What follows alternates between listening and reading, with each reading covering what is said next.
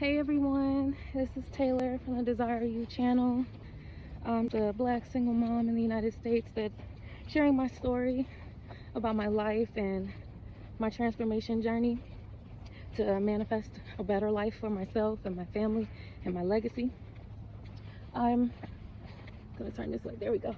So my channel, my goal is to share this story and inspire others to be empowered, inspire women to enrich their minds and live out their dreams through intentional manifestation. So now let's get to it. The reason for this video, I said I was going to share some of the things that I've been going through since I was last posting. I know I took a lot of videos down. I might have put some back up, but it's been a while. It's been maybe a year and a half since I first started posting. So I guess now is a good time for me to catch everybody up on where I've been and let y'all know where I'm going. All right, I got some notes here, so if I look down, it's just because I'm checking on my notes and watching where I'm walking. All right, so I was posting back in 2023, so I would say around the time that I stopped posting, or where my last few videos went up, I was going through a really rough breakup from a long-term relationship. Things did not end on positive terms. Let's see, I ended up moving back in with my mom and my family, back at my mom's house with my kids. Co-parenting has been a nightmare ever since, even though I do my best to keep the peace on my end because I refuse to let somebody stress me out. I'm really not about that life. That's not something that's never gonna happen again. What else?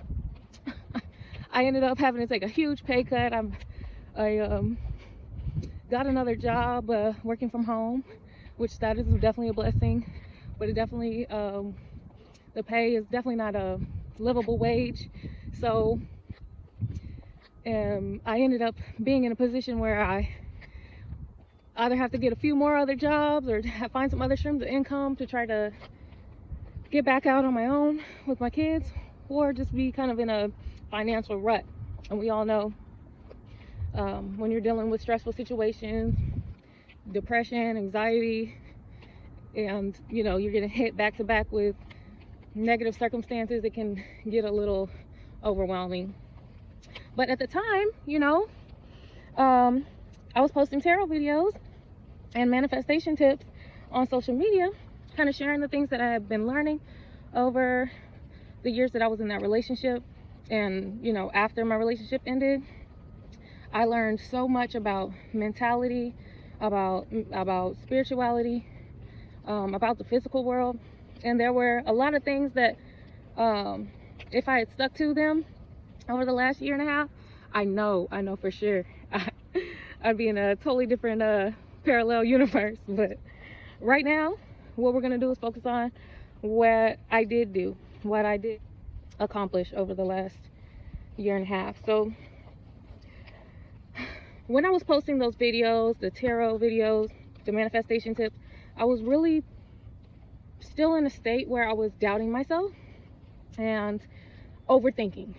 So me, I'm a perfectionist, I'm a planner. I tried to really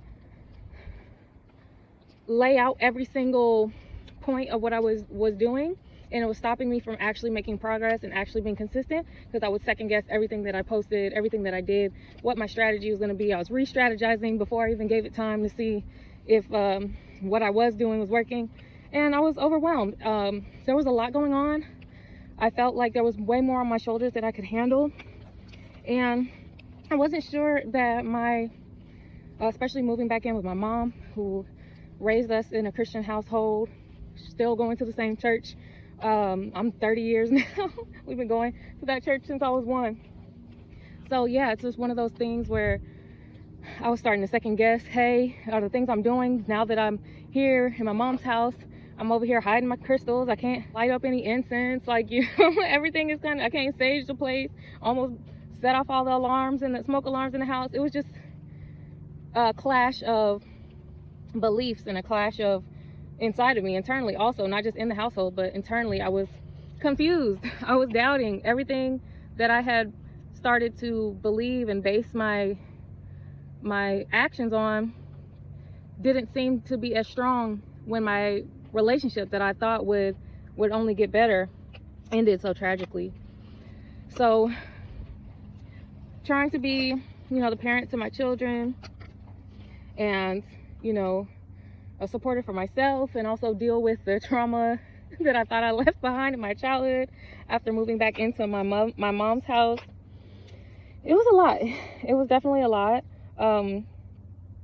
I realized that a lot of the ways that I was approaching manifestation and approaching even my own personal tarot practice and other spiritual practices were all based on coming from my past experiences, the things I wanted to manifest, coming from my comfort zone, trying to stay where I felt protected or understood, or at least not in a position where anybody could hurt my ego any more than I was already dealing with. And just pain. I was hurt. I was going through a lot, and I don't think that I was managing it that well. I kind of sunk into a depression. I was cut off from everybody that I had spent the last few years loving on and supporting and being in fellowship with. So that was a lot. It was stressful for me. I just had a lack of clarity in general. The 2023 ended and me being unclear about exactly how I wanted to live my life, what spirituality looked like for me, and where I wanted to go next.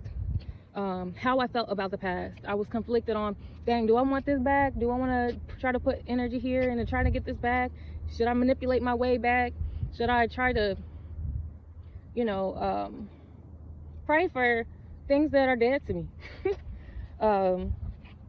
Or do I just give up and move on? Or do I just be still and sit? And I felt that the being still and sitting was the best thing to do, since I didn't know what I wanted at that time. I ended up giving away all of my spiritual items, all my mystical tools, all of my books that I had, my tarot cards. I got rid of all of that, threw it away, sold it, donated it, and I picked up that Bible and I got stuck in it. I was obsessed. I obsessed over the Bible. I studied it day and night. I was quoting it all the time. I started getting on my family members' nerves because I was looking at them like they were all backsliders and heathens. I was confused because I was like, well, if this is the doctrine that you adhere to, why don't you act on it all the time? Why aren't you always in alignment? Why are you being so hypocritical? And I ended up getting more frustrated. I was fasting, y'all. I was hungry. I was fasting, spending a lot of time in prayer, and it wasn't all bad. I actually enjoyed the peace that came from my meditation time, the peace that came from me shutting down a lot of the negative things, or the things that I felt like God wouldn't want me listening to or being exposed to, and really just spending time in those peaceful moments, not talking to anybody, not worrying about anything, but just learning and listening for God. And after a few months, maybe about 6 months, toward the end of the year, December, I started to feel a lot of pressure because, I tried to do like a 40-day fast, some long-term fasts, and I think my first fast, I only made it 6 or 7 days. It was my first time doing a no food, water only fast, and I'm gonna tell y'all, that first bowl of soup, I can remember it to this day. That salt, it hit my tongue. I was so happy. But just thinking about like all the extremes I was putting myself through, and then not feeling like I was living up to it.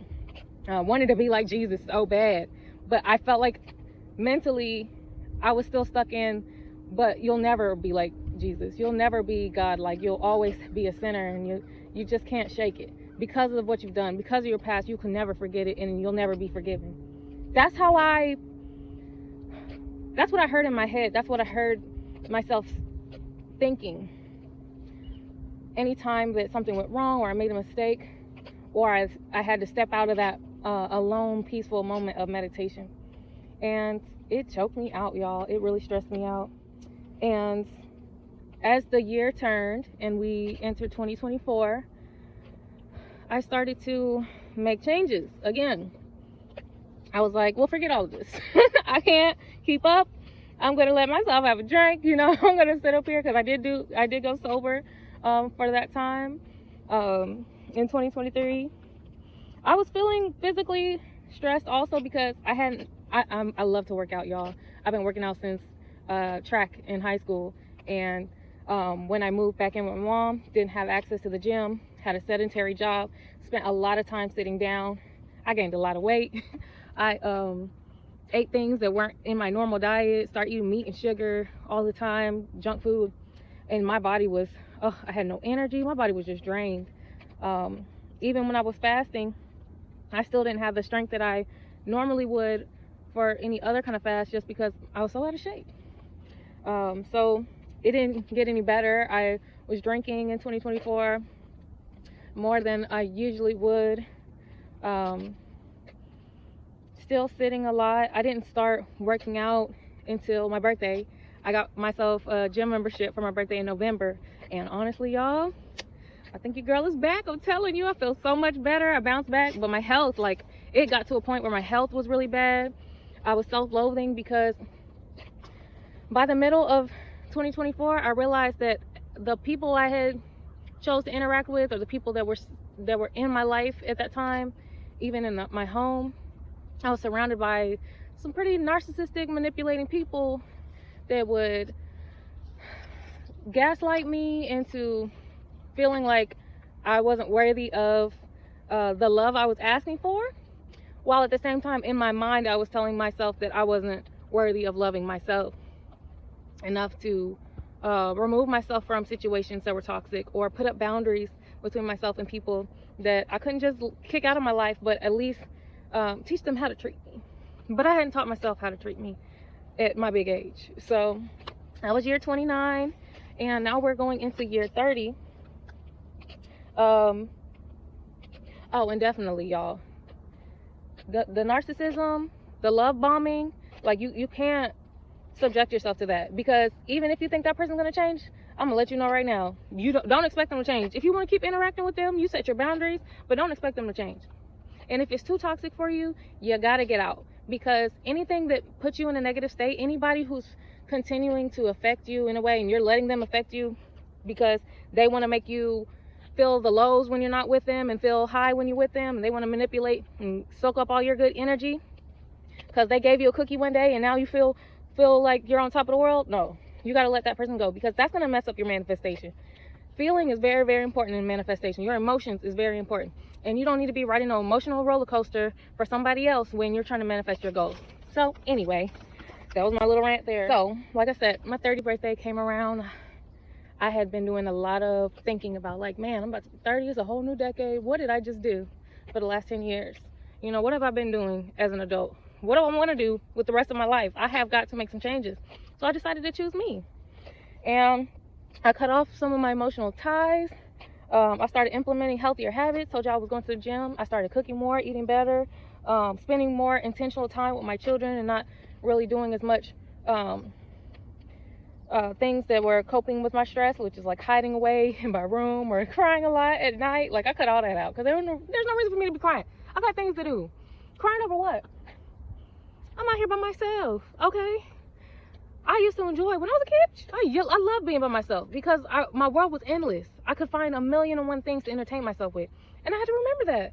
Hey, let's get back to it, where we felt good and we didn't have people around that we felt like we needed to please in order to feel like we were loved or feel like we love ourselves. No, I had to teach my children that. I had to be the example for them. So, I made some changes, and I decided to prepare myself mentally for the shift that I was going to make in my life out of my comfort zone.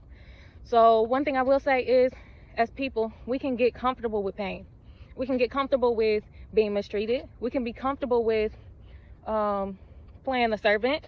I'm not going to get too much into what, people's interests are, but make sure that you have a strong mind before you start playing imaginative games, because you want to be in control of where your imagination goes. You don't need to just let it run wild and then or let someone else control your mind and your imagination, and then end up with your life manifesting things that you did not expect or choose to be dealing with, because that's easy to do. And you'll see, the more we talk about manifestation, you'll see how it all works, and you can see ways in which you've taken a back seat in your life instead of being the driver. Okay, all right, y'all, let's do a quick recap. So 2023, lack of clarity, a lot of depression, not really sure about what I was gonna do, how I felt about the past, and how I was gonna move forward. 2024, I was self-sabotaging, people pleasing, and I had a self-limiting mindset. So the things that I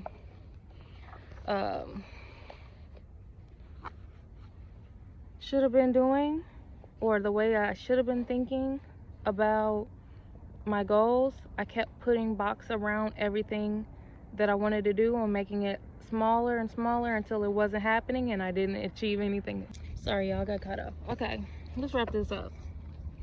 So now 2025, y'all, I've done so much. I'm talking about journaling, assessing myself, having self-awareness, doing more meditation practices, also just really fixing my mindset. So this year, awareness has been one of my goals to maintain throughout the year. I've got techniques for manifesting that I'm definitely going to be sharing with y'all as I do them. Self-discipline is something I've already started implementing, and I will continue in my habits and just with my manifestation techniques to make sure that I'm not sinking back into any old habits that are going to sabotage my goals. Consistency, we're already there. We're just gonna keep up no matter what happens, and so y'all gonna keep seeing me post all throughout this year. And then my beliefs, I had to change my mindset and what I believe about my life and what I can achieve and what you can achieve and how I can help you achieve that. So that's where we are. We're gonna see these things come to fruition. I'm gonna share some of my manifestation goals after they start to sprout and ripen, so that I don't step on my own toes, but I definitely want y'all to see me grow, so you can see that you can grow, and then we can grow together. All right, so stay tuned. My next video, I'm going to be talking about my mindset, the ways I've made shifts and how you can shift your mindset, and what are some tips and techniques for doing that, and then maybe even like an overview of the strategy of how I plan to implement these manifestation techniques and, you know, bring about my dreams. All right, so I will see y'all in the next video. This has been Desire You, so peace out.